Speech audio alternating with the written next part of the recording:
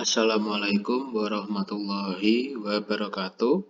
Kembali lagi bertemu dengan Randy Edufit Channel yang membahas seputar dunia pendidikan dan juga tutorial. Hari ini Randy Edufit Channel akan memberikan video atau lebih tepatnya sharing tips lolos seleksi ASN dosen. Nah, buat teman-teman yang penasaran, silahkan saksikan videonya. Tapi sebelum itu, silahkan teman-teman untuk klik subscribe, like, share, komen, dan juga nyalakan notifikasinya sebagai bentuk dukungan untuk channel ini. Baik teman-teman semua, sebelumnya di awal di sini saya ingin menjelaskan bahwa video ini adalah berdasarkan pengalaman saya sendiri yang lolos seleksi ASN khususnya CPNS di tahun lalu ya 2021. Dan video ini hanya bersifat berbagi ya teman-teman ya. Jadi bukan bersifat sombong ataupun riak, tapi murni niatnya ingin berbagi tips supaya teman-teman pejuang ASN yang lain bisa mendapatkan informasi ataupun tips yang berguna ataupun bermanfaat. Oke, baik teman-teman semua, di sini saya membagikan tips ini menjadi 4 tahap ya, sesuai dengan tahap seleksi ASN. Yang pertama itu adalah tahap persiapan, yang kedua adalah tahap pendaftaran atau administrasi, nanti yang ketiga ada tahap SKD atau seleksi kompetensi dasar, dan juga tahap terakhir yaitu adalah seleksi kompetensi bidang. Oke, yang pertama kita masuk ke tahap persiapan. Jadi di tahap persiapan ini ada dua hal yang perlu diperhatikan. Yang pertama yaitu adalah pemilihan formasi dan yang kedua adalah belajar permulaan. Nah, pada yang pertama yaitu pemilihan formasi. Jadi tipsnya di sini teman-teman harus bisa menganalisis kebutuhan formasi. Nah, biasanya di awal sebelum masuk ke pendaftaran itu jumlah kebutuhan formasi akan sudah dibagikan. Nah, di sanalah nanti teman-teman akan melihat ya di setiap instansi itu kebutuhannya ada berapa orang ya. Jadi teman-teman mulai melihat dan mulai menganalisis kira-kira mana formasi yang memiliki peluang yang lebih besar. Nah, kalau saya sendiri cara menganalisisnya yaitu adalah saya banyak melihat teman-teman seangkatan saya. Ya, mereka tersebar khususnya di daerah mana, provinsi mana, dan itulah kemungkinan formasi yang akan banyak peminatnya. Ya, misalnya ketika mungkin teman-teman punya teman seangkatan banyak di daerah Jawa Timur ya, Jawa Timur mana khususnya kabupaten apa. Nah, nanti kalau ada formasi yang sesuai dengan pendidikan teman-teman di sana, otomatis kemungkinan itu akan banyak peminatnya teman-teman. Jadi bisa kita hindari penumpukan formasi tersebut. Nah, jadi kita bisa analisis, kita bisa petakan mana yang formasi yang sekiranya sedikit peminatnya sehingga peluang untuk kita bisa lolos itu juga tinggi, walaupun tidak menutup kemungkinan juga kalau yang namanya rezeki juga pasti akan tetap lolos. Tapi kembali lagi, ini menurut pendapat pribadi saya yaitu adalah kita juga tetap harus jeli dalam menganalisis formasi tujuan kita ya, formasi pilihan kita. Ya, mulai dari banyaknya saingan peserta lain ya, ataupun jauh dekatnya lokasi pilihan kita itu juga harus dipertimbangkan ya teman-teman semua ya. Mungkin yang sudah siap untuk jauh ya nggak masalah untuk memilih lokasi yang agak jauh dari tempat tinggalnya sekarang. Tapi mungkin kalau yang belum siap untuk jauh ya harus dipikirkan juga ya pemilihan formasi ini. Karena nanti ketika kita sudah lolos itu juga tanda tangan surat perjanjian bahwa tidak meminta pindah kalau nggak salah kurang lebih selama 10 tahun. Ya, jadi harus siap ditempatkan di lokasi yang kita pilih, teman-teman. Nah, itu untuk pemilihan formasi. Nah, yang kedua, kita bisa untuk belajar permulaan. Nah, artinya di sini kita bisa mencuri start ya daripada teman-teman ataupun peserta yang lain. Nah, di sini kita sudah bisa, teman-teman, untuk mulai nyicil belajar. Nah, utamanya untuk materi-materi SKD terlebih dahulu. Nah, karena yang dulu diujikan itu adalah SKD. Jadi tidak ada salahnya atau alangkah lebih baiknya bahwa teman-teman sudah mulai untuk menyicil belajar ya, mulai mungkin membeli buku-buku modul ya, buku-buku latihan atau belajar lewat YouTube ya. Jadi apapun bentuk cara belajarnya itu nggak masalah, teman-teman ya. Jadi yang penting paling tidak teman-teman sudah tahu materi apa nanti yang akan diujikan sehingga lebih siap ketika nanti saat ujian SKD tiba. Oke, itu tadi tahap pertama, tahap di persiapan. Yang kedua itu adalah tahap pendaftaran ataupun administrasi. Nah, biasanya teman-teman setelah jumlah formasi ini diumumkan, kemudian selang beberapa waktu akan ada masa pendaftaran atau administrasi. Nah, untuk pendaftaran dan administrasi ini ada tips-tips yang perlu teman-teman perhatikan. Jadi ada 4 tips. Yang pertama adalah kesesuaian pendidikan. Jadi teman-teman, untuk lebih amannya itu teman-teman harus memilih formasi yang sesuai dengan pendidikan terakhir teman-teman ataupun yang diminta di formasi ya. Nah, jadi harus benar-benar sesuai. Nah, kalau tidak sesuai, ada kemungkinan nanti teman-teman bisa gugur di seleksi administrasi. Nah, itu yang sama-sama tidak kita inginkan, teman-teman ya. Jadi misalnya di formasi itu tertulis membutuhkan S1 PG PAUD atau S2 PAUD, ya teman-teman harus memiliki ijazah yang sesuai dengan yang diminta di formasi tersebut ya, untuk lebih amannya. Nah, yang kedua adalah kesesuaian berkas ya, teman-teman ya. Jadi dalam pengumuman nanti itu sudah dituliskan berkas-berkas apa saja yang akan diminta. Nah, jadi teman-teman harus membaca betul, memperhatikan betul berkas yang diminta tersebut. Misal, meminta scan asli ijazah S2. Nah, teman-teman harus scan ijazah asli. Nah, jangan scan ijazah fotokopi ataupun scan ijazah legalisir. Nah, otomatis nanti tidak sesuai dengan apa yang diminta dan bisa menyebabkan teman-teman gugur di administrasi. Jadi perhatikan betul apa yang diminta ya, berkas untuk pendaftaran di dalam pengumuman tersebut. Yang ketiga itu adalah kesesuaian waktu. Nah, di sini teman-teman harus memperhatikan kapan dibukanya pendaftaran atau administrasi ini sampai kapan ditutupnya. Ya, teman-teman ya. Jadi jangan sampai kelewat. Ya, ketika kelewat ya otomatis sudah tidak bisa mendaftar lagi. Akhirnya gagal mengikuti seleksi di tahun yang akan diikuti oleh teman-teman. Nah, begitupun juga tips dari saya yaitu adalah jangan terlalu mepet-mepet untuk melakukan pendaftaran ataupun administrasi, karena akan sangat rawan sekali misalnya itu by system ya, kemungkinan webnya mungkin bisa down karena numpuk ya, banyak yang daftar ya, ataupun mungkin kalau yang pendaftarannya secara langsung ya, kirim berkas langsung, mungkin berkasnya dikhawatirkan nggak nyampe tepat waktu. Nah, itu juga harus teman-teman pikirkan gitu ya.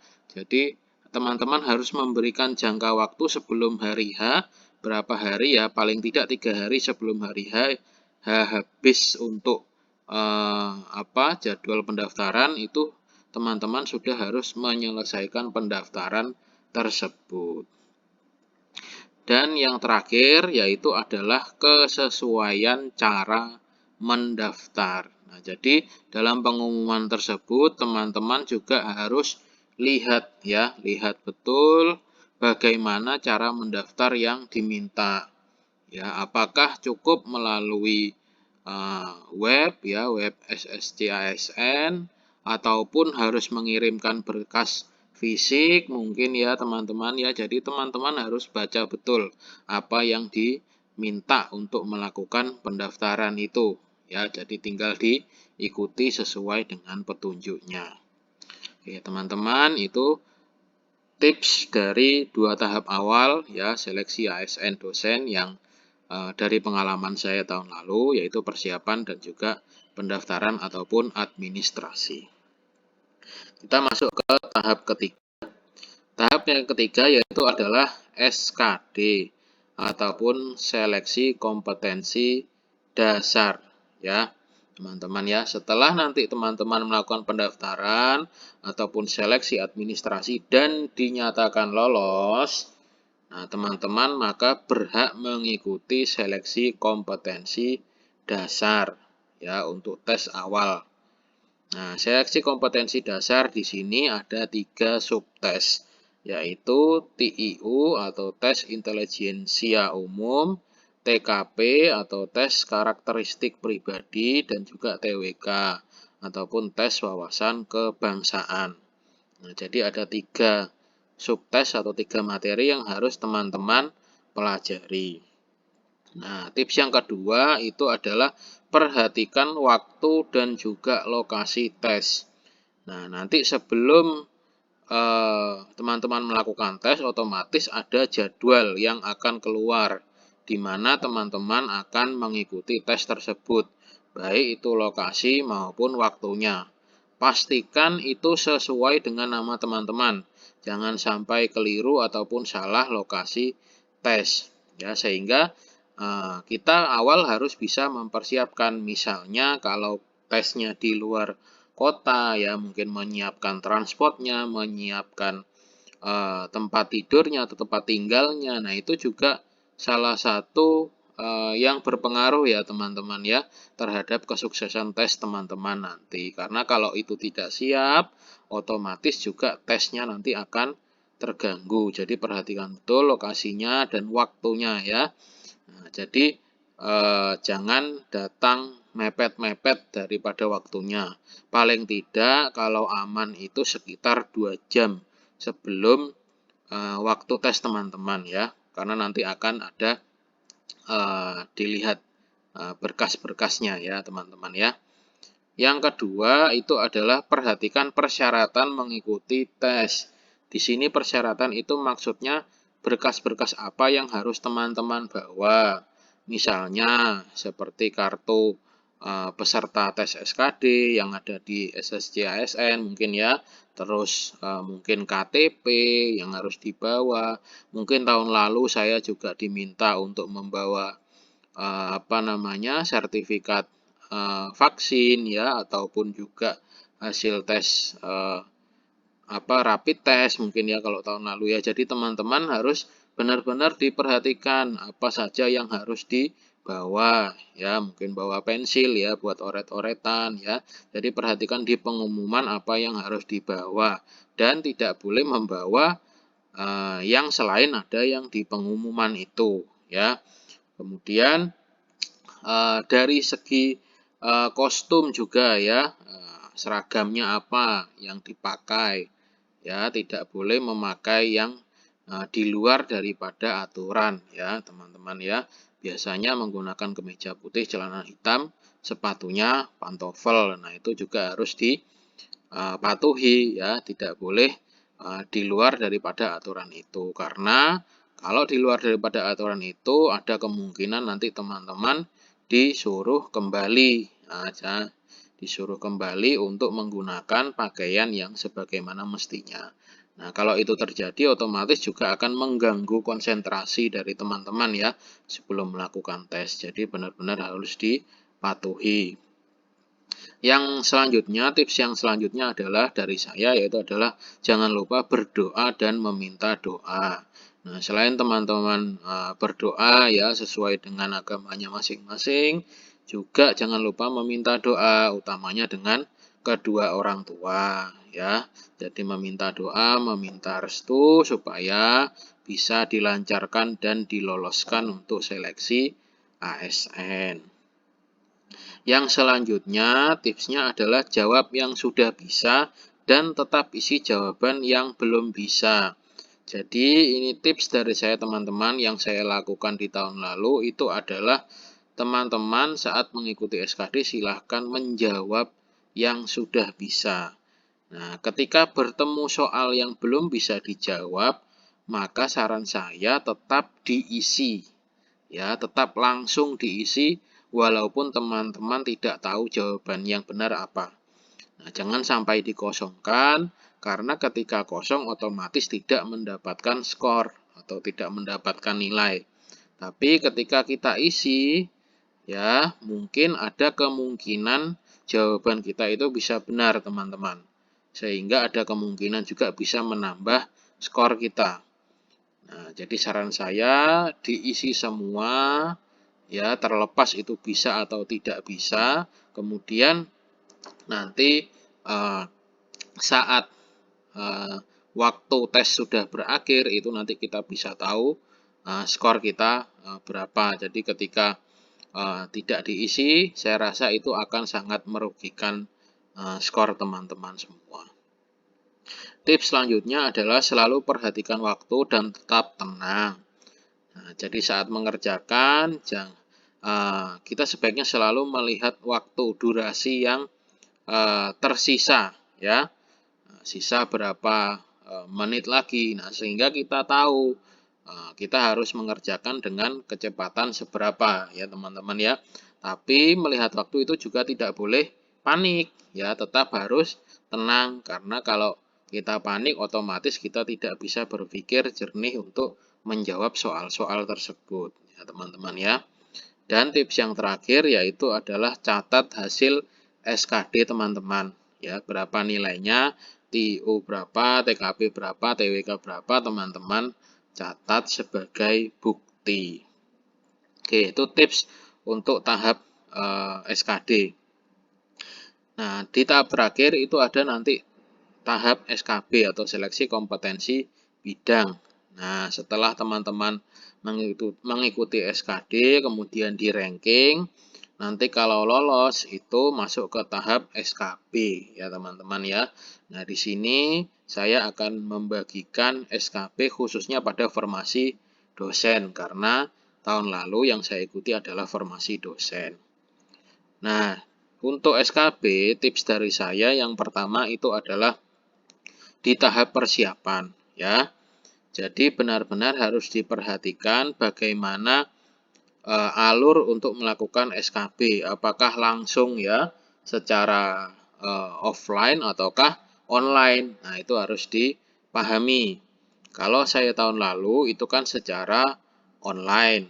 Nah, kalau secara online itu ada beberapa tips yang harus dipersiapkan. Yang pertama itu adalah koneksi internet. Nah, jadi dipastikan benar-benar teman-teman bahwa koneksi internetnya lancar ataupun kuat sehingga saat tes nanti nggak terjadi gangguan-gangguan yang tidak kita inginkan. Misalnya ketika wawancara mungkin kalau koneksinya terputus, nah otomatis kan juga bakal mengganggu ya jalannya tes tersebut ya teman-teman ya. Jadi dipastikan dulu koneksinya bagus dan stabil dan juga selalu siapkan koneksi cadangan. Nah, misalnya teman-teman menggunakan WiFi di rumah, nah ketika WiFi-nya trouble, otomatis punya koneksi cadangan baik itu mungkin HP ya, nah, dengan tethering ya teman-teman ya. Jadi mungkin kuota di HP kita bisa kita isikan dulu ya. Jadi perlu untuk menyiapkan koneksi cadangan. Tips yang kedua adalah perhatikan seragam ya. Jadi apa yang diminta untuk seleksi SKB, seragamnya apa itu yang diikuti ya teman-teman ya. Terutama saat online. Walaupun kita online di rumah teman-teman, kita juga harus mengikuti semua yang diminta, ya, terutama seragam. Baik itu baju, celana, dan juga sepatu, ya, termasuk sepatu. Walaupun mungkin sepatunya tidak terekam atau tidak terlihat di kamera, ya, tapi tetap harus kita pakai, teman-teman. Nah, karena mungkin dikhawatirkan suatu waktu penguji akan melihat, ya, kelengkapan seragam kita. Nah, itu harus diikuti. Kemudian selanjutnya, tips yang selanjutnya yaitu adalah tempat dan jam. Diperhatikan, dilihat tempatnya, lokasinya di mana. Kalau online kan bisa dari mana saja ya teman-teman ya. Tapi kalau offline itu dikhawatirkan mungkin harus datang ke lokasi tujuan. Teman-teman harus perhatikan itu, dan jam, kapan waktu untuk tes ya, harus teman-teman lihat, dan sebaiknya tidak datang mepet-mepet waktu ya. Jadi lebih baik kita datang lebih dahulu, kita bisa persiapan lebih matang dahulu ya teman-teman ya. Nah, itu tips untuk tahap persiapan. Kalau untuk subtes dari SKB-nya sendiri, tahun lalu saya itu di formasi dosen ada 3 subtes teman-teman, yaitu adalah micro teaching, yang kedua adalah wawancara, dan yang ketiga adalah tes CBT atau computer based test. Nah, CBT ini nanti ada beberapa materi lagi teman-teman. Nah, seperti misalnya yang pertama etika dan tridharma, yang kedua literasi bahasa Inggris, yang ketiga penalaran dan pemecahan masalah, dan yang keempat tes psikologi. Nah, untuk subtes pertama yaitu micro teaching, tips dari saya yaitu adalah teman-teman siapkan ya, baik itu PowerPoint maupun juga RPS dan juga media pembelajarannya. Nah, jadi media pembelajaran, tips dari saya harus media yang konkret ya teman-teman ya. Kemudian untuk materi yang berupa PowerPoint, teman-teman siapkan materi yang paling teman-teman kuasai. Ya, jangan sampai melakukan blunder ya, terutama ya.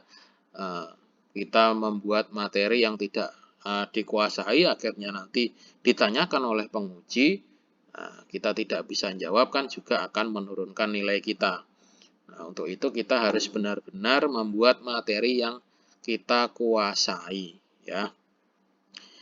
Untuk tes yang kedua yaitu adalah wawancara ya. Kalau saya tahun lalu itu pertanyaan banyak tentang fenomena-fenomena yang sering terjadi di kampus belakangan ini.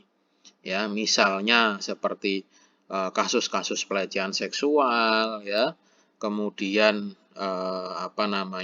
keberagaman ya, keberagaman di kelas ya, banyaknya misalnya berbeda suku, berbeda agama ya, apa yang harus kita lakukan, kita sikapi untuk itu ya. Jadi teman-teman pelajari isu-isu apa yang lagi hangat ya, lagi hangat di dunia pendidikan atau di dunia kampus, itu banyak akan ditanyakan. Kalau saya tahun lalu seperti itu. Tidak lupa teman-teman juga siapkan portofolio teman-teman ya. Jadi semacam kurikulum vitae begitu ya, apa yang sudah pernah dilakukan, misalnya sudah pernah penelitian, sudah pernah publikasi, sudah pernah ngajar di mana, kerja di mana, mungkin sudah pernah melakukan pengabdian atau seperti apa ya teman-teman ya. Disiapkan portofolionya sehingga nanti teman-teman ketika ditanyakan tentang diri teman-teman, teman-teman sudah bisa menunjukkan dan juga bisa menjawab ya, terutama tentang hasil-hasil karya yang sudah teman-teman buat ya, baik itu buku mungkin ya, jurnal ya, atau apa ya, karya yang sudah pernah teman-teman buat. HKI itu juga bisa teman-teman ya. Nah, untuk subtes yang ketiga itu adalah computer based test. Nah, CBT ini adalah tes SKB yang menggunakan komputer. Jadi sama seperti tes SKD, cuman subtesnya berbeda teman-teman ya. Jadi subtesnya itu ada etika dan tridharma, kemudian literasi bahasa Inggris, selanjutnya ada penalaran dan pemecahan masalah, dan psikologi. Jadi tips untuk CBT ini tidak lain dari saya yaitu adalah rutin ataupun rajin untuk belajar materi yang diujikan ya teman-teman ya. Nah, misalnya seperti etika dan tridharma, bagaimana seputar dunia dosen ya. Kalau saya formasinya dosen, mungkin tentang penelitian, pengabdian, ya, terus pengajaran. Nah, itu seperti apa? Nah, teman-teman harus tahu seputar itu ya, seputar pekerjaan dan kewajiban dari dosen. Kemudian ada literasi bahasa Inggris ya, teman-teman mungkin bisa belajar soal-soal bahasa Inggris. Kemudian penalaran dan pemecahan masalah ini kurang lebih sama seperti TIU ya di SKD dan juga dimensi psikologi. Nah, ini nanti untuk mengukur bagaimana kepribadian teman-teman semua, terutama dalam mengambil sikap ya, gitu ya. Oke, baik teman-teman, demikian video sharing saya hari ini. Semangat berjuang untuk teman-teman ya, pejuang ASN. Semoga diloloskan di ASN tahun ini ya. Semoga bermanfaat materi yang saya berikan. Jangan lupa klik subscribe. Akhir kata, wassalamualaikum warahmatullahi wabarakatuh.